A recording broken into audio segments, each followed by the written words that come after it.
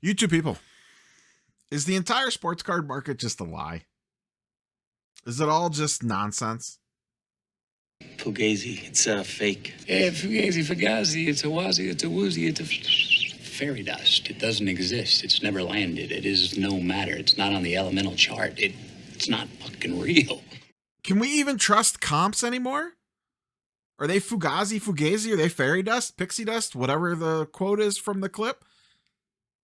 Now, I tend not to stray too far into the land of the tinfoil, but it's clear to me that there are at least some shenanigans going on the high end. And I don't think, and listen, I know this is probably going to be a hot take given everything that we've seen, but in this current world that we live in, everyone wants to live in an all or nothing type situation. Either everything's bad, everything's nonsense, everything's crazy, or everything's perfectly fine. There is no in between. I think, as we all know, it usually ends up somewhere in the middle. Do I think there is shenanigans? We'll use that term. Hanky-panky, as AIH likes to say, going on in the extreme high end? Yes. Do I think it is more prevalent than I thought that it was? Yes. Do I think it's every single sale, every single transaction? No. I don't think it's that crazy. I think there are some legitimate sales that go down, some people that are legitimately bidding and buying on cards. It's just not all pixie dust. But I think there's a little more magic in there, if you will, than what I had previously thought. My mind has definitely shifted a little bit on that. But to be honest, I don't know how much of that affects us. And when I say us, I'm talking a bulk of the folks that watch this channel. Are there some people that might tune in on a video that spend, huge money at auction houses on cards, multiple hundreds of thousands of dollars? Sure, probably. Just the math says that's the case. You get 3,000-4,000 views on a video, maybe even more sometimes. There is going to be at least a couple people that tune in that probably do play in the high-end market and are potentially directly affected by this stuff. That's not me, and I don't think that's a bulk of all of you.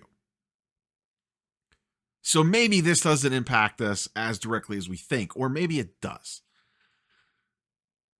The other enlightening thing this week, or the last couple of weeks really, has been the attention drawn to what actually is in the terms and conditions of a lot of these auction houses. And I'm not an auction house guy. I've bought stuff off Fanatics Collect. I've bid on some stuff on Heritage and never actually won. That's about the extent of my auction house usage. It's very slim. Like I said, I dabble on Fanatics Collect. I do more searching than I do buying, but I do a lot of watching, and then every once in a while something will catch my eye and I'll flag it. And I do have a few cards vaulted that I've won over the years at Fanatics Collect, and I've just never had a desire to have shipped home. There's just no need to. But the light now being shined back on the auction houses and what they allow and what they don't, I think is going to, and it's even opening my eyes, because like I said, I didn't really dig into the terms because I didn't really use them that much. I think there's going to be some more eye-opening around that. I'm excited to see some of the stuff that Jeremy's going to do around that and some of the other discussions. I know Collect had an article the other day breaking a few of them down. But I think once people dive into those, there's going to be a little like, wait, what are we doing here? But what I want to concern myself with is us, the normal average collector that spends less than, let's say, $5,000 per card, and maybe even significantly less than that. Are we impacted by this? Is there shenanigans, hanky-panky nonsense going on in the cards that we are transacting in on a daily basis? I think the answer is, like most things, it depends. Am I concerned about Victor Silver Prism prices or Lucas Silver Prisms or Jaden Daniels Silver Prisms being crazy manipulated? No. There's too many of them out there. They transact too frequently enough, and there's enough of them out there that if things got too wonky, too many would come to market that would pull it right back in line again, in my opinion anyway. So I think things like that, like a regular first Bowman auto, I don't think you're really manipulating the market on that too much unless you're just spending thousands and like buying out tons of copies that are posted on eBay. Now, we do see that in the TCG market. Buyouts are definitely a thing. I don't know that we see that on the sports card side of things because of the quantity that's out there. Now, my big takeaway from the last 2 weeks with all the shill bidding nonsense, defensive bids, all the craziness that's been going on, I am going to be more careful around buying items and relying on comps on items that don't transact a lot. I think that's where we're open up for the most of us. Your average collector that's, say, spending between, I don't know, $500 and $2,000 on a card. There could be things in there that could be pretty rare and not transact a lot, but still fall into that price range. You know, the most recent card I bought, the Rocky Balboa, Sylvester Stallone auto, that card's numbered to 99. I think there's an out of 50 and out of 25 and some lower ones, but there's not a lot of them out there. They do not transact a ton.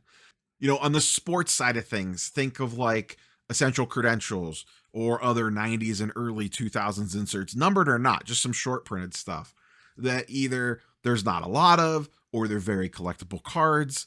You could even use, it's not the rarest card in the world, but it doesn't pop up for reasonable prices. An example that I follow very closely, the Kobe LeBron Topps Chrome Refractor in like a PSA 9. That card, there's not a lot of them on the market. There's a lot of them, not a ton of them, but enough on the pop report that it should transact more than it does. But that would be one. If you just went out there, and I don't know, I haven't looked, I don't know what the current number of listings are active on eBay, but that would be something where there's not a lot listed on eBay. You probably could go out and manipulate a price on a card like that. Smack a bunch of bins, and then next thing you know, the comp jumps. And that has trickle-down effects to us. Or there's another angle to this. It's something M&T Trading on Twitter has kind of tracked and followed a lot. The digital repacks and physical repacks, they rely a lot on comps to build out their product. Some of the chase cards, it's very interesting to see when a chase card is posted for a product, go dig into the history of that card. If you could find the specific cert number, it makes it even more fun. Or go look at some of the stuff he's posted on Twitter. But poke around a little bit when they post a chaser in a product, because usually it's something a little bit more rare. It might be numbered, it might not be numbered, but it's usually not something that transacts every single day. Go look back at some of the comps on chase cards, both physical and digital, just across the board. And you'll sometimes see some weird jumps in prices on that stuff where it's almost like, and I'm not inserting any company names here. The last couple weeks I've had. Imagine, if you will, a card. We'll insert any card you want here in the 5K range. Does not transact that often. It's a really good card for a chaser product. There's one on an auction house, let's say Fanatics Collect, listed at bin at $8,000. This card has sold maybe 5 times over the last 2 years between $4,500 and $5,500, give or take. They don't come to auction very often in this mythical cards case, but when they do, or when someone decides to move one, it's usually in that 5K range. And let's say Repack Company A comes along and they're like, boy, we need an $8,000 chase card for this. What's something good we can get? And we need something that doesn't transact a ton because we don't want the comp to get undercut before we can even sell the repack. Oh, what's this card? That usually sells for like 5K. Yeah, but if we buy it for 8, the new comp's 8. Oh, yeah. All right, cool. So they smacked the bin for 8K because what do they care? They're going to throw it into a digital repack and print money off of it, or a physical repack. And now all of a sudden the comp for that card is 8K. How much we've talked about the repackification of the hobby on the low end, propping prices up, but we've never really took it from the angle of whether intentional or not, price impact they have on the chase cards. Like take the kabooms out of it. But you just see some other stuff sometimes that's like, huh. And those are the sorts of things that I think could impact us, do trickle down to our level from those upon high buying 100, 500, $600,000 cards, $1 million cards. That's one of the ways that this kind of can all fall all the way down to us here at the front lines, if for lack of a better term. So I think that has been my one big takeaway of this whole mess is I'm going to be a lot more careful when I'm looking at cards that don't transact a lot. I'm going to dig into the comps just a little bit deeper. Oh, okay. That usually sells for this. Now it's going for this. Why? Why did it jump 30%? Did something happen with that player? In a non-sport case, did something happen with that IP?